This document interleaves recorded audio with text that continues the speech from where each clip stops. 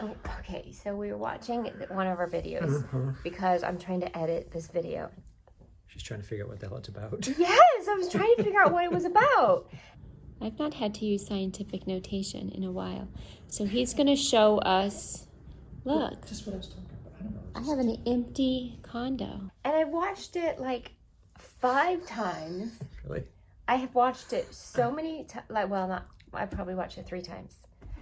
Trying to figure out what it was. About pH. And what to title it, so you guys want to watch it. And how to edit it to make it shorter so it's interesting, right? And so like a pH of 3, for instance, is a high concentration of acid. So it would be 2 zeros. It wouldn't be as dilute as a pH as a 7. You get that? It's inversely proportional. I'm not sure what I'm supposed to be understanding. And so I made him watch it, and he was like, oh, this is about this and this and whatever, and this is how I was, like, I still don't get it. What's the plus mean? It's after the H. Yes, it's a proton, because it's a hydrogen, but it's missing an electron, so it makes it have a positive charge. Looks like a cool logo. So then I told him the conversation we were having, I think, before we turned on the camera, that was missing. Yeah, there's no relevance to the topic. That's why I couldn't understand it. Right, why we're even talking about it. Right. Yeah. Mm-hmm. pH 7, for instance. Okay. pH 7. It's a pH. Oh, yeah, we do this. I don't know what you're trying to do. Is equal to 10 to the minus 7, let's say, grams per mole. Are you making shit up? So what were you trying to tell everyone? All right, well, I was trying to tell you, we were talking about my stomach, because I was having gastrointestinal problems with high acidity in my stomach. GERD, I think they call it, gastrointestinal disease, which is basically just overproduction of acid in your stomach, and what it'll do is it'll cause necrosis and things on your there's a little valve between your esophagus and your stomach. I think it's called a pylorus valve, I think, and it can get all like scar tissue and stuff and not work right and stay open, and that's when you get acid reflux into the esophagus, and not good because there's nothing to protect the esophagus like mucus. There's a mucus layer in the stomach and stuff. Anyway, so I was just explaining what pH meant. If the system that we're looking at was your stomach, and it's pumping and it has a certain amount of acid in there, you can measure the pH, which is the negative log of the hydrogen concentration. So you can get the hydrogen concentration or the amount of acidity in your stomach. This? Sorry. I don't know what I'm missing. When you have a high pH, you have low acidity or an alkaline environment. But when you have low pH, you have a high acidity. So it's inversely proportional to what you're saying. But anyway, it's a really, really, really, really dilute concentration of something.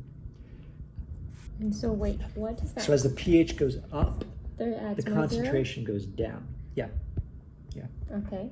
So when something gets more acidic, the pH goes down, which means you have higher concentration. And then I was explaining, you were probably asking me, what does pH mean? Well, you asked me to... How many zeros? Well, it's a concentration. So like it's 0.000, it's very, very dilute. Okay, got it. It's just a shorthand, like 10 to the minus 7 is scientific notation. That looks like a longhand. Well, yeah, that's why you write it short. So it's just a shorthand of saying... Which part is the shorthand? Because the pH is the shorthand. Really long. pH, instead of writing all this, Do you just write that, pH 7. So instead of writing all... Okay, instead of writing all of this... Can't see it. You just write pH is equal to 7. pH 7? Yeah, that's all. And it's easy to measure. By sticking a stick down your throat like a dipstick in the the oil? Yeah, that would too. But, yeah, you can measure it. You can measure it by measuring voltage. Voltage of your stomach? Yeah, that's what you do. Yeah. How do you do that? It would conduct. You create you create kind of like a little battery. And that's a pH meter is sort of like a little battery. It has like a positive and a negative. And what you do is when you put it into solution, current goes back and forth from the positive to the negative, and you can measure the current. And from the current, you can find the voltage, and the voltage is related to the concentration and some other equations in there. It's electrochemistry, which I haven't taken in a really long time. Sounds really exciting. They can do this in cells. I mean, like You wrote like one right there. no. I mean, no, this is supposed to be. I mean, like cells. They can actually take an electrode and put it into a living cell.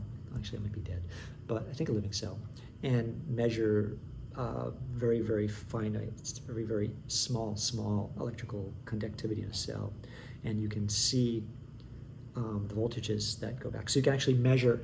There's something called there's a potential on the cell membrane with. That's how things get in and out of the cell membrane, one of the ways. And there's something, what was it called? I've been biochemistry a long time. The sodium-potassium pump. So there's a differential between sodium and potassium. And based on the potential on the cell membrane, sodium will come in or potassium will come in. But you can measure that anyway, like an actual cell. So it's really, really cool. Exciting, yes. It's really cool. I get that excited about looking at like heeled boots and shoes and really funky clothes. Yeah. But can you see that's a cell? It's like so tiny. So anyway. The heel is so big. Look at how cool those sparkles are on those boots. But you were talking specifically about the pH of your stomach, yes? Right. And then And then I was relating to what pH actually means. Well, I figured You're just showing me how it looks on paper. what it means. When I could just like open your mouth and see what it looks like, really. Hopefully not.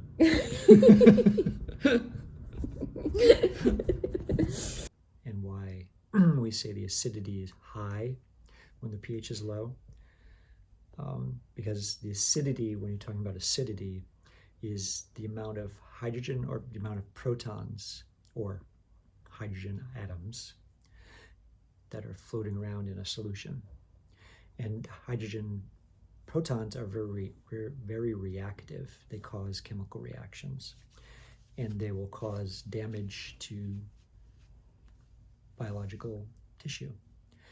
So the more of them you have, the more damage that can be caused. In the stomach, that's a desirable thing because you're trying to break down tissue, proteins, and things like that, especially. so you but want you a don't higher pH? low pH. Lower pH in your stomach. And but in your stomach, it's okay typically, as long as you have a mucus layer, and because the stomach is designed to protect itself from the high acidity. But with that little valve open, it doesn't shut properly, it doesn't keep the acid in, and it goes into your esophagus and up into sometimes your throat too. It's gross. You guys have probably had it when you have heartburn. So that's what's happening there. And so a low pH means a high concentration of protons. Because, like, I don't know how to read this. I know you were trying to explain it to me. Explain it to you. I know that. I understand that you were trying to explain it to me. And I don't have. Oh, does yours do scientific notation? I don't know. So 0.001. Mm-hmm.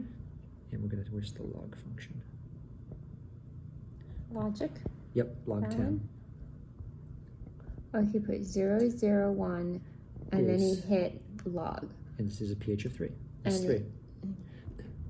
See? So pH of 3. So 0.001 equals 3? Well, This is new math, people. If you don't know how to do your kids' math, just tell them that 0.001 equals 3. No, the negative log of 0.001 Negative log of is equal to 3. But why is that important? Because if you all you do is just call it pH. It means it's a hydrogen. You're just defining pH is equal to the negative log iron concentration. I don't know.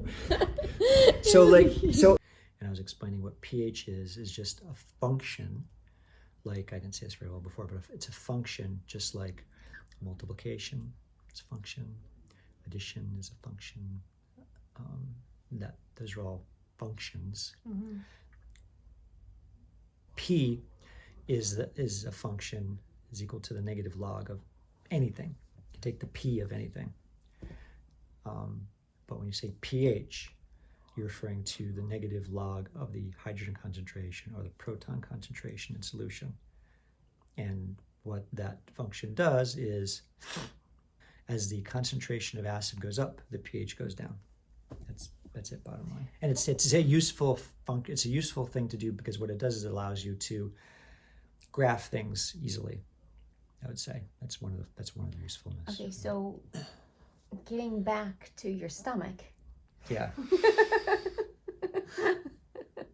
Yeah, there's that. Let's do the next one. So the negative log. So okay, the a next pH one. of This is okay. The next one. Watch. There's no Watch. next problem here. He's Watch. making the We'll do this. problems up. So that's a pH of 3. So that's really high acidity. So if your stomach is out of whack, which is causing you acid reflux, Mhm. what do you do to balance the pH again? Oh, well, there are medications which I don't really like. I'm not a big proponent of medications, but you can get proton blockers, which actually you can take a medication, it'll block your cells from producing excess protons. That's one way to do it. You can take like an antacid, like Tums or something like that. Mm-hmm. And all that does is neutralize the acid. Mm-hmm. So I think it's calcium carbonate. Mm-hmm. So the OH, I wish I could show you, the OH in the antacid will combine with the H on in your stomach and create water, H2O. So that neutralizes the acid. So That's one way to do it. What you were saying before we started filming the other video was a way to solve or ease your stomach issue, the out of balance pH, was to drink water. Yeah, that'll too, because that dilutes. And what you're doing is you're adding more solution, more. Should I get into this? Just more water. So the more water you have, you're diluting the amount of hydrogens that you have in there. So you're diluting it, and you're raising the pH. So you will cause your stomach to feel better, typically. So is that just an additional reason that we should all be drinking more water? Yeah, water's really good. So, because if you drink, so if not you, just you, but if everyone, collectively, everyone drank more water, enough water, like, what you're supposed to, half your weight in ounces of water, then would there be no acid reflux? I don't know about that. We'd probably have a lot of less health issues, I would imagine. Well, there's a whole other reason too, but it's definitely good for chemistry. The majority of chemistry, all the chemistry in your body happens in water. Oh, that was like that video you did. This is your cell in water. Without what was that one? Yeah, this is your cell. And I popped it. I had a balloon or something, and I popped it and said, "This is your cell, dehydrated with no water." And that was a cool video. I did it with a sigh. Yeah.